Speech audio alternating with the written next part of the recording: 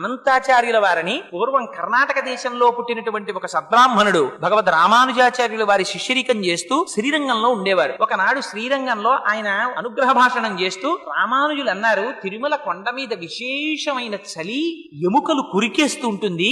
శ్రీనివాసుడు అలంకార ప్రియుడు, ఆయనకి నిత్య పుష్ప కైంకర్యం జరగాలి, తులసి కైంకర్యం జరగాలి. కానీ 7 కొండల మీద ఉండేటటువంటి దోమల, ఈగల, పురుగుల, విషక్రిముల భయానికి, చలి భయానికి ఎవ్వరూ వెళ్లి కొండ మీద ఉండి చెరువు తవ్వి మొక్కలు పెంచి పువ్వులు తీసుకొచ్చి స్వామి కైంకర్యం చెయ్యడం లేదు. మీలో ఎవరైనా వెళ్లి ఇందా పని చేస్తారా అని అడిగారు. ఎవ్వరూ లేవలేదు. అక్కడ చలిగాలికి భయపడి ఒక్క అనంతాచార్యుల వారు మాత్రం పైకి లేచారు. నేను వెడతానన్నారు. అంటే వెంటనే రామానుజాచార్యులు వారు అన్నారు, ఆన్ పిడ్నన్ అన్నారు. అంటే ఓరి మగాడా అన్నారు. అంటే అక్కడ భగవంతుని యొక్క కైంకర్యం చెయ్యడానికి తనంత తాను ముందుకొచ్చి పురుషుణ్ణి అనిపించుకున్నారు.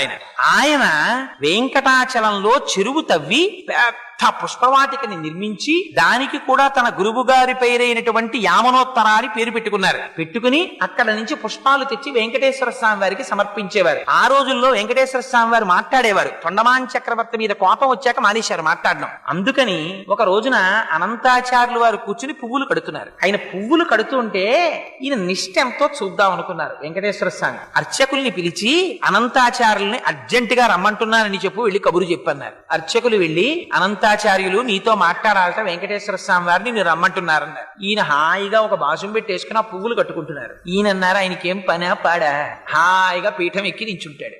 అందుకని వాణ్ణి వీణ్ణి అందరినీ పిలిచి కబుర్లు చెప్తానంటాడు. నేను ఒక్క అరగంట ఆలస్యం అయిందా ఈ మొగ్గలు బాగా విచ్చుకుపోయి రేఖలు ఉడిపోతాయి. అప్పుడు ముట్టుకుని కడితే రేఖలు ఉడిపోతాయి, అందం ఉండదు. అందుకని నేను మా గురువు గారు రామానుజాచార్యుల వారికి ప్రమాణం చేసి వచ్చాను, మంచి పూలదండలు కట్టి వెంకటేశ్వర స్వామి వారికి సమర్పిస్తానని. అందుకని ఇప్పుడు రాను, నాకు కుదరదన్నానని చెప్పారు. అంటే అర్చకులు అలాగే వెళ్ళి చెప్పారు, ఆయన రారటండి ఇప్పుడు. అంటే ఏం చేస్తున్నాడన్నారు. నీకు పూలదండలు కడుతున్నట్ట, మొగ్గలు పాడైపోతాయిట, ఆయనకేం పనా పాడా అన్నాడండి అంటే సరేలే అని నించున్నారు స్వామి. ఈయన తర్వాత పుష్పమాలికలన్నీ కట్టుకుని బుట్టలో పెట్టుకుని దాన్ని భుజానికి తగిలించుకుని లోపలికి వెళ్లారు. గుళ్ళో వెళ్లి ఈ పుష్పమాలన్నీ అలంకారం చేద్దామని గడప దాటి చేతిలోకి తీసుకుంటున్నారు. వెంకటేశ్వర స్వామి వారు మూతి ముడుచుకుని అన్నారు, పుష్పమాలలు మాత్రం పట్టుకొచ్చేస్తావు, అలంకారం చేసేస్తావు, కబురు చేస్తే చాలా పనిలో ఉన్నాను, పనా పాడా రమ్మంటారన్నావుట, ఎందుకు వచ్చావు, నాకు అక్కర్లేదు, నీ పుష్పమాలలో పట్టుకుపో అంటే ఆయన అన్నారు, నువ్వు పుచ్చుకోకపోతే మానేయి, నాకు అనవసరం. మా గురువు గారికి నేను ప్రమాణం చేశాను, పుష్పమాలికలు నీకు సమర్పిస్తానని, కట్టేస్తాను,